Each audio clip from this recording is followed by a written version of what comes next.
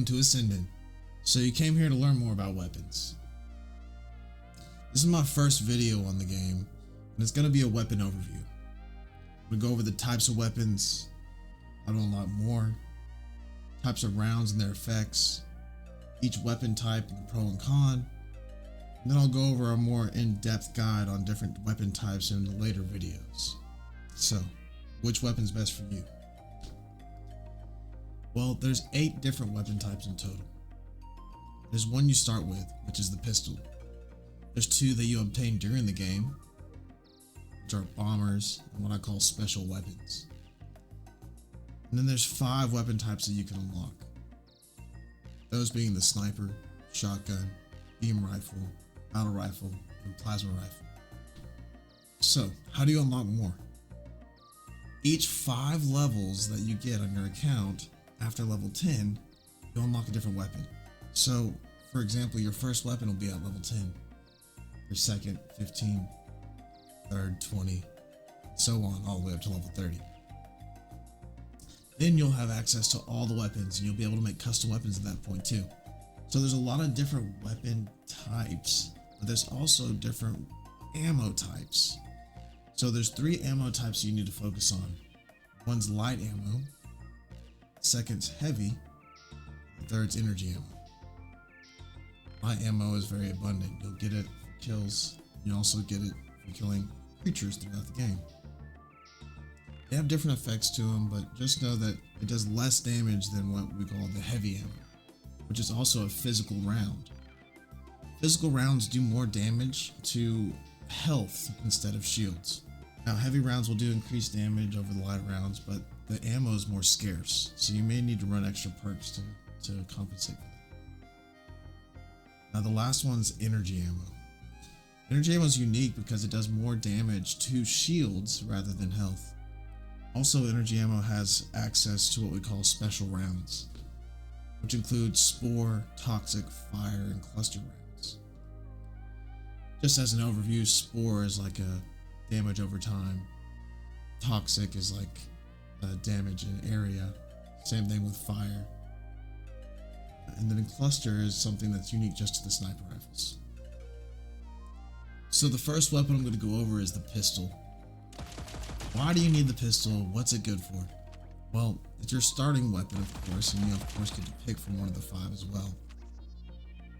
It has unlimited ammo, so when you're walking through the forest, you can kill your creatures without having to burn your ammo. This allows you to get into an engagement without having any ammo at all, which is awesome. On top of that, you can melee to recharge your shields. That's also a good thing to have too. I've used it a few times personally on my SMG build to finish off a few players right when I had to reload. So it's also good to have that. You can do over 160 damage just in one clip, so it's pretty good. I would at least try it out. The next weapon is going to be the sniper rifle. Obviously, the sniper rifles have the best long-range capability and suppression. But really what makes them unique to this game is they have like an AoE suppression capability. They have these cluster rounds that you can shoot, and it also has these perks that allow you to mark enemies as well. This is a game changer when you're in team play. Of course, you can do one-shot headshots with the right build, and you have some suppressive fire too, where you can slow them down with the clusters. It does less damage after 75 to 100 meters, depending on if you're using cluster or you're using regular ammo. It has one of the longest ranges in the game, except for what we would call the plasma rifles. Now let's move on to the shotguns. Shotguns obviously are great at close range. Some shotguns can even one-shot. There's a lot of unique perks you can use with these shotguns that make them very unique as far as being able to heal yourself, being able to get movement speed buffs and stuff too. I'll go over this later and when I get into my unique custom builds. But for now, just know that if you want something close and you want something that'll knock them out, the shotgun's going to be your best bet. Now let's talk about the beam glove. The beam glove is the most unique weapon in this entire list. It's the only weapon that I'm going to talk about that has consistent healing that you can guarantee that you can get during the game. What do I mean by that? Well, you can heal with another weapon called a bomber. and it can heal you as well. But the glove can do a self heal and heal your teammates. This is crucial whenever you're trying to get into skirmishes. Now, when you're defending a biocore, or if you're attacking a biocore, it makes it a little more difficult because the people have, well, they have more firepower than you, so you just got to make sure that you use it wisely. With the correct build, though, you can last a long time and out-sustain your opponent. So let's talk about battle rifles. They are, in my opinion, the most all-around best weapon in the game. They're good at close range, medium range, and long range. And they have a lot of different builds you can do because of that. You can make it an SMG, just a regular assault rifle, even a DMR that can do like healing suppressive damage. It does less damage after 25 to 30 meters. And you gotta remember, if you're using physical rounds, that it doesn't do as much damage to shields. So you want to try to play around that if you can too. My opinion though, slap any sort of mod on there that increases the fire rate or decreases the fire rate, and you'll have a good time depending on your playstyle. Now the last weapon that you can unlock is the plasma rifle. These are very unique because they're unlike any other weapon I've really used in other games. They excel at range and they have very unique builds. So they shoot fireballs of plasma that travel slowly, a little bit slower than regular bullets, but they don't have the gravity effect, so they don't have any bullet drop at all. The further the projectile goes, the more damage that it gets over range. It does less than normal damage at point blank range up to 20 meters. But once you're at 20 meters, it does 100% of its damage. And then after you're 120 meters away, it does 20% more damage. So you can smack people from range without them even knowing what happened to you with an automatic weapon like this.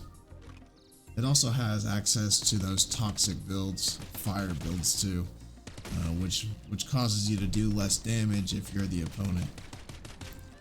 Anyway, it's a good weapon. Try it out. Now we're going into the bombers. Now bombers are found inside the game, so you have to go in and find through either chest or in the armory. Sometimes there are drops from the gore lizard and other NPCs just like that. Now the bombers are unique because they do AoE damage and they can also AoE heal. You can also use your right click to be able to charge up your shots and shoot multiple bullets at once. The strategy with this is to have a charge at all times to engage your fight. Either do a burst heal or burst damage to them. These are really a game changer if you know how to use them right. They have a high skill cap.